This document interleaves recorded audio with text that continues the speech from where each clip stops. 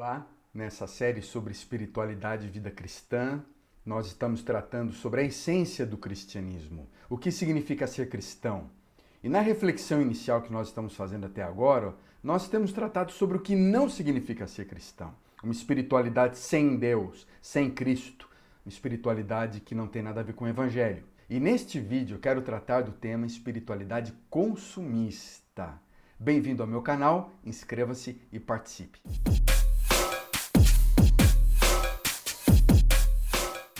A mentalidade do mercado, do consumo, predomina no mundo religioso. Busca de chaves mágicas, de modelos prodigiosos, está presente nesse tipo de espiritualidade consumista. Nós oferecemos vários programas para liderança, temos todo tipo de encontros de casais, retiros espirituais, oficinas de treinamento espiritual, conferências, summits, mas parece que muito pouco está mudando na vida das pessoas.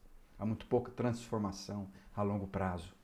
Acumulam-se uma série de cursos de cura interior, fóruns para espiritualidade, congressos sobre adoração, conferências missionárias, concertos de oração, encontros teológicos. Mas a visão parece de que o mero uso de técnicas e projetos irá resultar em sucesso e crescimento espiritual.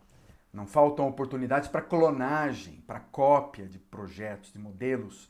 Ao alcance de um simples WhatsApp ou link da internet, centenas de modelos importados que descrevem como fazer as coisas e diversas ferramentas ministeriais, espirituais, verdadeiros pacotes, kits, pós-graduação, cursos livres que simplesmente procuram reproduzir uma espiritualidade que não é sincera, não é autêntica, não é verdadeira.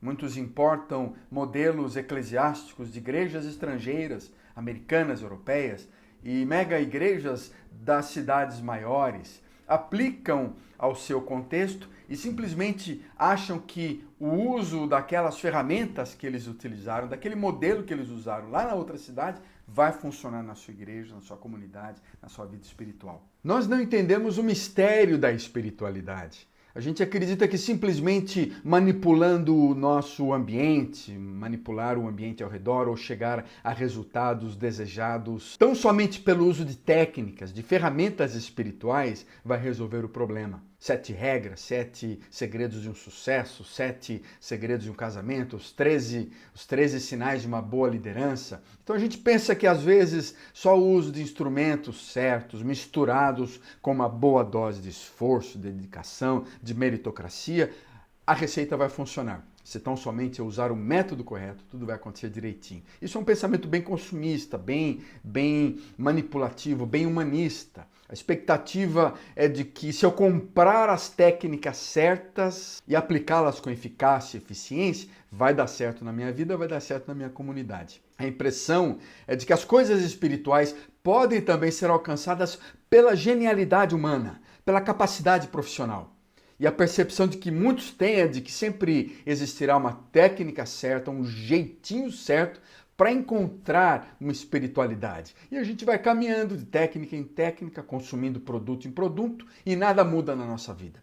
E os métodos que muitas vezes a gente acha que são infalíveis para chegar ao crescimento, ao desenvolvimento espiritual, não funcionam. E lá no fundo do coração vai crescendo essa florzinha da autossuficiência, do orgulho pessoal, da capacidade pessoal, e a gente pensa que o crescimento vai resultar simplesmente do nosso esforço humano, sem a necessidade do próprio Deus para entender, sem a necessidade do poder do próprio Espírito de Deus para compreender a vida, para compreender a nossa espiritualidade. E por isso, várias comunidades acabam se tornando meras empresas, organizações, fabricam seus produtos e lojas que vendem no mercado religioso, buscando novos clientes, procurando simplesmente aumentar sua fatia do mercado competitivo desse consumismo cristão, desse consumismo religioso. Mesmo sem toda a sofisticação das grandes empresas, eles acabam a aprender a utilizar técnicas e estratégias do mercado, do marketing de maneira eficaz, procurando então conhecer as demandas do público, oferecendo produtos religiosos diferenciados das outras igrejas da comunidade e mais específicos a necessidades emocionais, profissionais e espirituais dos seus membros, para que eles possam se sentir mais satisfeitos, mais felizes. Eugene Peterson trata esse tema muito claramente nos Estados Unidos, mas também se aplica ao Brasil, quando ele diz o seguinte: pastores da América se transformaram num grupo de lojistas e suas lojas de comércio são as igrejas. Eles estão muito mais preocupados com as preocupações dos lojistas, dos comerciantes, como manter seus clientes felizes, como atrair mais clientes para longe dos competidores do outro lado da rua, como empacotar seus produtos de forma que consumidores paguem mais dinheiro, deem mais, contribuam mais. Alguns deles são bons lojistas. Eles atraem grandes multidões de consumidores, angariam grandes somas de dinheiro, adquirem esplêndida reputação. Mesmo assim, isso é apenas comércio, isso não é teologia, isso não é evangelho. Na verdade, eles são bons donos de lojas, mas não deixam de ser apenas lojistas. As estratégias de marketing, de franchising, do fast food ocupam suas mentes, mentes de empreendedores, sonham acordados com aquele tipo de sucesso que atrairá a atenção dos jornalistas. Então, na verdade, isso acontece na espiritualidade, na religiosidade que nós temos hoje. Há tantos produtos religiosos, tantas opções eclesiásticas ao redor e, lamentavelmente, a gente, crentes ou visitantes de igrejas ou aqueles que estão buscando espiritualidade, também se veem com toda a liberdade para utilizar os critérios consumistas na escolha da melhor comunidade, seja visível, seja presente ou seja online. E nesse tempo pós-pandemia, nós temos que observar os critérios com que nós estamos escolhendo comunidades. Parecem semelhantes àqueles da escolha de um restaurante, de uma pizzaria. A gente está indo atrás de prazer, de sabor, de estacionamento, de protocolos de Covid, do gosto, da qualidade do produto, do atendimento, da promoção. Isso tudo tem muito a ver com o mercado. Você acha que o seu envolvimento, o seu engajamento espiritual na igreja é opcional, né? É exercitado com a minha própria decisão pessoal, meu nível de satisfação? Então, como resultado, a gente pensa como consumidor, como cliente, atrás de produtos religiosos, buscando simplesmente serviços, ministérios que melhor se encaixem às nossas necessidades pessoais e não a nossa relação com o Criador. E a igreja, a comunidade, então, nesse contexto de mercado, deixa de ser aquela família de homens e mulheres, discípulos de Jesus, irmãos e irmãs que fazem parte do povo de Deus. E a gente acaba sendo dominado por uma prática consumista, de uma vida ensimesmada, muito mais procurando os nossos próprios interesses do que a expansão do reino de Jesus Cristo em nosso meio. Então isso não é verdadeira espiritualidade cristã. E nessa série nós estamos falando nesse início, sobre o que é ser uma espiritualidade cristã pós-pandemia, ou durante esse período final da pandemia, para onde nós vamos, e o crescimento que nós vemos ao redor, muitas vezes não quer dizer espiritualidade verdadeira. Será que muitos estão realmente passando por um despertamento espiritual nesse momento? E nós falamos sobre essa espiritualidade que pode ser superficial, acabamos absorvendo valores neoliberais, saturados com uma cultura humanista, globalizada, e esse é um cristianismo bem superficial. Nós falamos de uma espiritualidade que pode ser narcisista, muito antropocêntrica, ensimesmada, muito voltada para o nosso próprio interesse, nossa própria satisfação. Nós falamos também de uma espiritualidade sentimentalista, que é uma espiritualidade voltada para a descoberta apenas de meras emoções e sentimentos, experiências interiores, e não da relação com o Criador.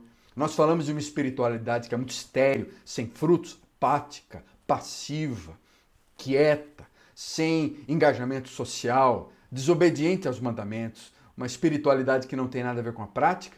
E nós falamos também hoje dessa espiritualidade consumista, cuja mentalidade de mercado de consumo predomina a nossa mente, e a busca de chaves mágicas e modelos prodigiosos de espiritualidade é que acaba tomando conta da nossa forma de ver a vida. Nós temos que reconhecer a miopia dessas várias espiritualidades e que elas podem ser trágicas para a nossa relação com o Criador, para a nossa relação com as pessoas e na transformação realmente da vida, nessa jornada do dia a dia, essa jornada em busca a um mundo mais feito à imagem e semelhança de Deus. Como compreender o que é pertencer ao Criador e inteiramente estar numa relação com Deus. É essencial também que a gente conheça a nossa natureza humana, nossa fragilidade, nossa vulnerabilidade, o pecado que nós temos, reconhecer a profundidade do bem e do mal que está no nosso coração e do distanciamento que isso causa, da nossa inimizade que nós temos muito frequentemente com esse Criador. E ninguém,